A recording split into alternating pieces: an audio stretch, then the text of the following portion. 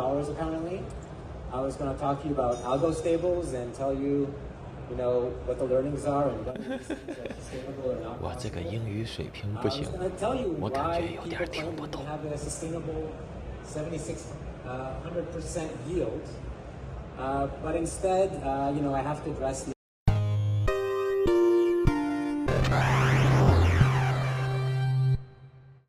尊敬的面粉们好，今天你们赚钱了吗？这几天想赚钱难吧？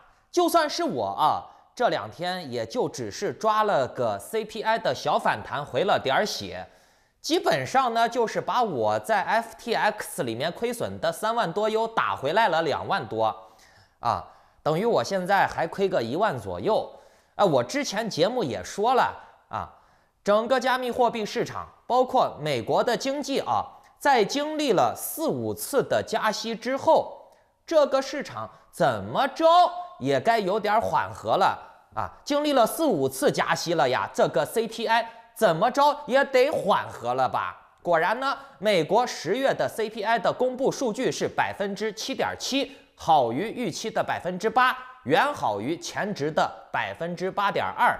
如我所料，4、5次的75个基点下来啊。CPI 怎么都会有大幅的降低的，然后呢，市场就出现了一定程度的反弹。毕竟这个通胀缓和了以后，就预示着美联储觉得啊，通胀没那么严重了，可能这个加息就不会加那么严重了，对吧？就算利好，这个情况，面具人我也预判到了。那我也在我的会员群里面发出公告了。当时那个 CPI 一公布啊，我就说了。之前高位有擅自买币被套的人，可以找机会解套。那至于没仓位的人，想要赚点钱的，也可以追进去做个超短线。然后呢，比特币、以太坊、ATOM、Matic 都出现了10%左右，甚至有些还有达到了15%、16%的反弹啊。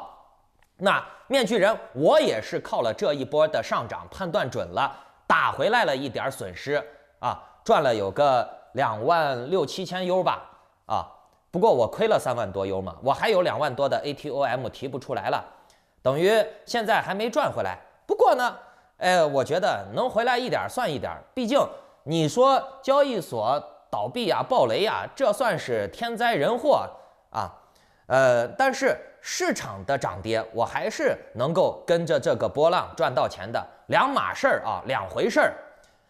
很多人看现在啊，说了 CPI 公布了，缓和了，那整个市场的牛市就要来了。那接下来是不是就该买入了呢？面具人我仍然不太乐观啊。怎么说呢？近半年来啊，币圈确实不太平，动不动就暴雷，动不动就暴雷，隔上1个月、2个月啊，不是这个项目暴雷了，就是那个交易所暴雷了，要么就是以太坊大屠杀矿工了，对吧？就这种情况啊，你别说币圈外的人看笑话了，就是圈内的人现在啊，几乎也都是信心全无了啊。前几天 FTX 爆雷了，今天呢 Bybit 又传出了爆雷的消息了。很多人说这个，尤其是咱币圈的这些傻逼信徒们啊，天天都说币圈是去中心化的，去中心化的。那我问你，以太坊去中心化了没？以太坊说把这些矿工杀了就杀了，以太坊说怎么样就怎么样，不还是人家项目方说的算吗？啊，你说去中心化了，现在赵长鹏跺一跺脚，整个币圈都得发抖呀，是不是？啊，前2天干了 FTX， 今天呢又要把 Bybit 给干死了，那这又是怎么回事呢？面具人，我现在啊也比较蛋疼，我跟你说啊。接下来的这个币圈整体的生态环境都不太一样了啊！我也是打算顺应这个环境啊，改变一下我的投资策略和方向了啊！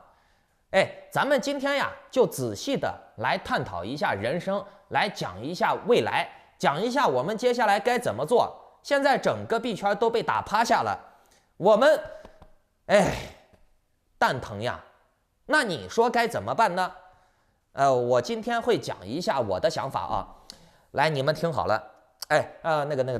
在节目开始之前呢，请打开屏幕下方的点赞、订阅、小铃铛。那把今天的节目转发分享到3个平台以上，截图发送到我的邮箱，就可以参与抽取这个月的 NFT 大奖了。你别看面具人我亏钱了啊，但是呢，我还是有点钱的。我照样每个月给你们送小礼物，而且我的这个亏钱，并不是因为我对市场行情判断的不准啊，市场行情我判断的照样准。包括这一次的 CPI 的反弹，对吧？我这一次的亏钱，我完全就是不想从了赵长鹏一统天下，就是不想让他币安一家独大，我就是要跟他作对啊！但是没办法，人币安就是牛逼，人背后有习近平给他充值，是不是？那就没办法了啊！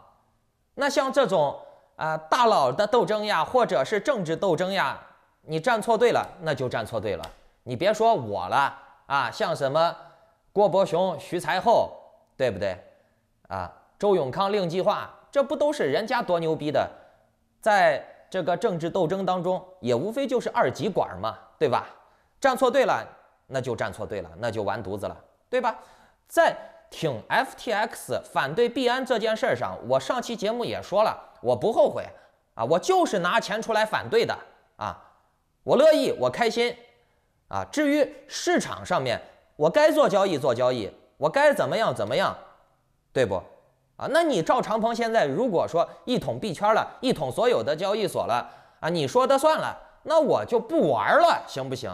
你自己慢慢玩去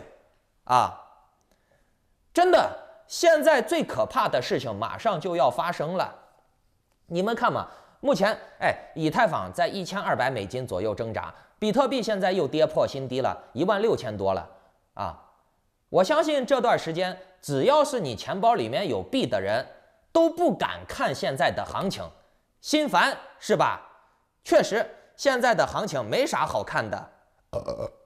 那现在行情没啥好看的，我们应不应该来思考一下我们现在的危机全球第2大的交易所都出现暴雷了，币圈现在又回到解放前了币安他自己也不好受，但是他牛逼，他背后有习近平，有14亿的韭菜给他充值，他就算现在牺牲了自己1/3的市值为代价去干翻众生，把你们和我们，咱们现在都被他干翻了，都被葬了，对吧？包括看视频的你然后现在币安登顶了，可是斗争不能停，习主席在20大说了嘛，他需要敢于斗争的人才，对吧？那人家赵长鹏现在就敢于斗争呀，对吧？把币圈的人全部他妈的都斗倒了，对不？我告诉你，币圈现在就是斗争文化、斗争大革命、文化大革命呢，你知道不？你不信，你们看一下币圈这个币安这几天都在干啥？今天点名一个交易所，明天点名一个交易所，说让你死你就得死。观众朋友们，赵长鹏掀开的这个币圈文革才刚刚开始，而且这个斗争一旦开始，它就不能停。你们看，习近平打虎打了10几年了，他停了吗？为啥他不停？因为习近平不能停，他停了以后，他自己的位子就不稳了。赵长鹏也是同理，他斗倒了 FTX 全球第2大交易所，那之后还有后来者呢，对不对？还有其他的交易所呢，所以呢，他为了稳固自己的地位，他还要继续斗争。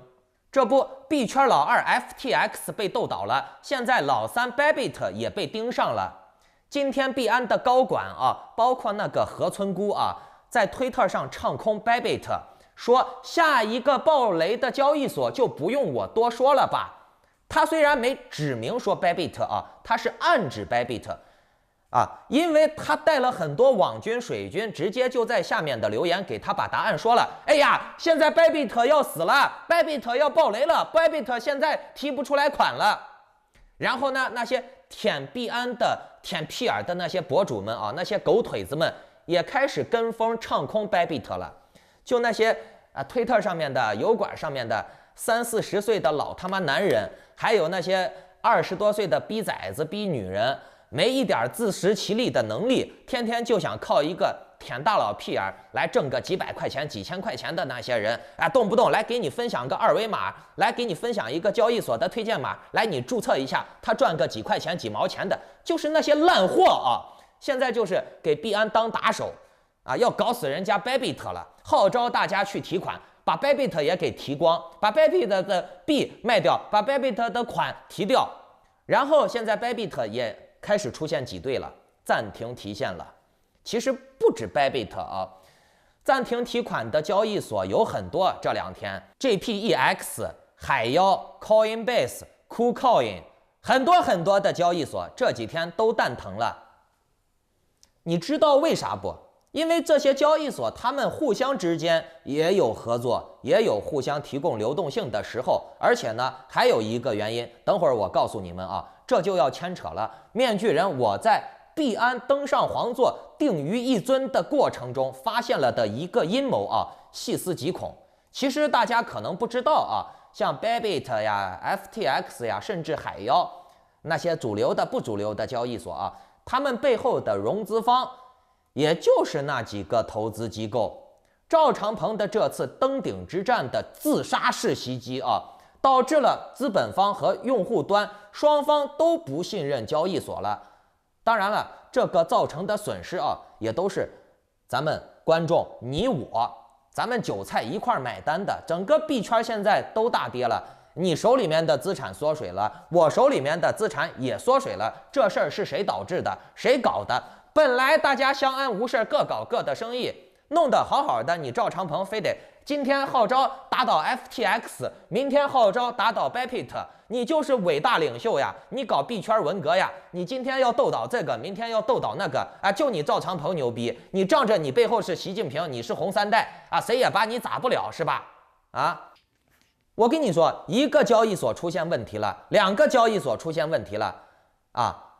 那些交易所背后的投资老板、投资机构啊，就处于了腹背受敌的状态。一个用户不信任你，一个是资方不信任你。上有资方要撤资，下有散户要提款，他们就陷入了这种两难的情况，腹背受敌、被夹击的状态。然后呢，还要面临币安的冷言冷语和水军们带节奏。所以呢，现在币圈大家可以看一下啊，赵长鹏或者何村姑啊，他们点名谁，谁就得崩溃。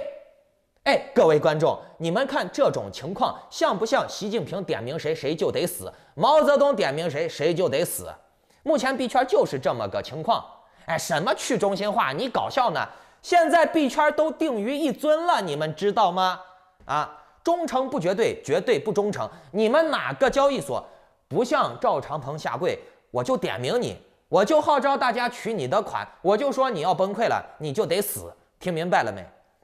你说这不就是那欺横霸市、无耻无赖吗？霸道吗？土匪强盗，这还不算啥啊！各位观众，你们知道吗？这些交易所现在真的是人人自危，他们现在就跟你看20大上面坐的那些文武百官一样，你看在那坐在那儿是一个当官的，他们现在心里面慌得很，就怕明天赵长鹏发一个推特，号召他的红卫兵来我这儿取钱，后天伟大领袖说了一句话，要把我干死，对不对？现在币圈谁敢惹赵长鹏，谁惹谁就得死啊！除了面具人我啊，那我是不怕死，他来嘛，他有本事把我干死啊，就这么简单，对不对？我烂命一条，我早就说过了，我给那他妈的悉尼的那个土行孙、土地公，我都说了，我烂命一条，有本事你拿2把刀把我来捅死，对不对啊？其实现在币圈很简单，币安已经立足霸主地位了啊！他现在把你用币安的，或者是你没用币安的，你用其他交易所的这些人啊，全部敲打了一遍。你别说你用中心化的交易所了 ，CEX 了，你就算你用 DEX， 币安照样可以号召他们去挤兑你啊，把你这个 swap 里面的币解压提款啊，把合约解了，那你这个 swap 也得死，听明白了没？现在赵长鹏就是这么牛逼，各位，现在你们都出现流动性危机了吧？别说你们个人了，那交易所现在也出现流动性危机了。咱们在这一个圈子里面啊，大家就是一个交易的关系，所有的人都直接或者间接的有关系。那他现在要清扫整个圈子，那大家都得承担责任，明白了没？大家就互相挤兑，交易所难受了，你我都难受，你我难受了，别人也难受，明白了没？这就是人类命运共同体。那你说你现在交易所出现流动性危机了，怎么办？向我赵长鹏下跪呀，叫一声爷，服服帖帖的来，我赵长鹏发个帖给你奶一口，你立马就满血复活了，或者说，哎，我直接给你充值到位了，你的流动性就来了嘛，对吧？所以赵长鹏他现在完全可以兼并所有的交易所了，给他们借钱，增加他们的流动性，或者是通过其他的手段控制他们。谁要是不服，一句话就能让你破产，让你死。号召我的币圈红卫兵、币安红卫兵去你那儿提款，去你那儿解压，你死不死啊？谁不服，一句话让你破产。现在所有的交易所都成为了赵长鹏的附庸了，他现在把所有的交易所都搞得半死了，出现流动性危机了。我告诉你，这些交易所都得靠他赵长鹏来救场，救了场以后，来你公司以后就跟我走了，归我管了，听明白没？在这种情况下啊，基本上就是万剑归宗了，万币归赵了。他真正的成为了币圈绝对的中心和垄断了。现在散户们的选择其实也不多了，要么呢就是生活在赵长鹏的币圈统治的淫威之下，要么呢就是离场观望吧，不玩这个圈子了。其实面具人我现在也迷茫了啊，你说他一个人就能控制整个币圈生态啊，那你说这还怎么玩？币圈现在整体的市值目前也就是7、8千亿美金，各位，你们觉得这点钱对习近平来说算钱吗？我都说过了啊，赵长鹏他有习近平给他充值呢，任何一个什么个人实体啊，没有政府的支撑啊，你是绝对干不过赵长鹏的，对吧？我赵长鹏今天自己扔出来100亿，你们谁能跟我干？干不过。对吧？他还有中国监狱里面的那些网军啊，千千万万的，想干啥就干啥，人家是国家级别的实力在跟你小老百姓玩呢，你能玩得过他啊？而且现在的币圈市值7、8千亿美金，哎，在习近平眼里面就跟咱们眼里面的7、800块钱一样，这点钱对他来说算啥？但是他花这点钱就能控制住整个全球区块链，不管你是哪个国家的交易所，人都把你控制了啊！这笔买卖对习近平来说太划算了呀，对吧？现在赵长鹏兼并了全球各个国家的交易所之后呢，等于说他自己搭建了一套国际账务系统、国际转账系统。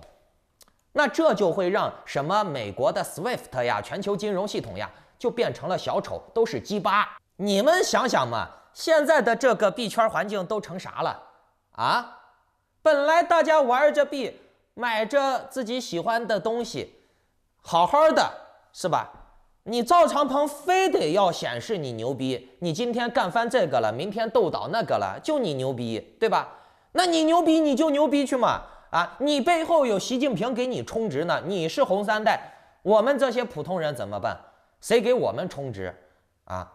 那我们也没有红色基因、红色血统，我们咋办？我们亏了就亏了，我们傻逼是吧？就你牛逼啊！现在就是这么个情况。等赵长鹏，也别说等了，现在就是赵长鹏控制整个币圈了啊！现在成了这种状况了以后。啊，你别说你玩什么去中心化的交易所啊，来，我告诉你，赵长鹏号召他手底下的币卫兵、红卫兵，去你什么 Uniswap 呀，啊，你的其他的 Swap 里面号召他们把你的流动性质押解锁了，把你的这个质押币提取了，你这个 Swap 你也得死，听明白了没？啊，赵长鹏他现在就是这么牛逼，懂了没？啊，他说让谁死？造成的次生灾害啊，这个余波把咱们也给震死了，懂了没？你说就币圈现在的这种情况，你还怎么玩？你还敢不敢玩？玩得成吗？而且他赵长鹏现在把整个币圈打崩了，还有一种可能性是什么？就是他自己想要一些底部的低价的筹码，然后呢，他人为的手动的把整个币圈给打崩到今天这个样子，比特币16000多了啊。然后呢，他自己收低价筹码，再然后呢，反正现在整个币圈都是他说的算了，他定于一尊了。我跟你说，韭菜们都是不长记性的啊，他必然只需要通过他的狗腿子，他的什么这个联合创始人呀，那个专家呀，啊一块儿给大家吹牛逼，一洗脑说什么牛来了啊，韭菜们就立马就 FOMO 了，又跟上来了啊。反正中国共产党的这个舆论工具笔杆子强得很，对吧？他先把你们打崩了，把你们都割了，完了以后他再拿下低价筹码了，反正他现在定于一尊了，然后呢，他再一吹牛逼，把你们又给薅进来了，又再把你们一割，多好的生意！反正币圈现在他说的算嘛，他是老大，他点名谁，他点谁，谁死，是不是？所以在这种情况之下啊，我以后的投资方向，我真的是准备把币圈就当娱乐看了。而且我这一次啊，在伦敦参加加密货币峰会啊，也吸收了很多新的知识，也发现到了一些好的项目，而且这些项目呢，可能是币圈新的阶段，就是那种不要动不动就投几千 U 几万 U 的了。币圈以后呢，可能真的就是讲互操作性、功能化、娱乐化，每个人少花一点钱就能使用一些娱乐功能，只用花个比如说几块钱、几十块钱。然后呢，大家就这样几块钱、几十块钱的去赚，而且不用冒太大的风险。小投资玩一点有实用性的或者娱乐性的游戏呀之类的社交呀什么的东西就挺好的。甚至我就觉得派币这种也不错，至少你不会亏，对吧？所以呢，以后大家在这个行业啊，投个几百块赚个几十块，投个几十块赚个几百块。有这种项目就行了，赚了更高兴，输了不心疼，乐呵乐呵得了，没压力。OK， 如果有这方面的合适的早期项目呢，我会在我的会员群里面通告的。如果你们想要及时的行情分析，参与我发现的低风险的小投资的娱乐项目，那就请下载 Line 或者 Telegram 搜索添加 ID Maskman118 或者 Little19860425办理会员入群手续。各位。新的世界开始了，币圈文革了啊！你们以后谁不给赵长鹏下跪，你就得死。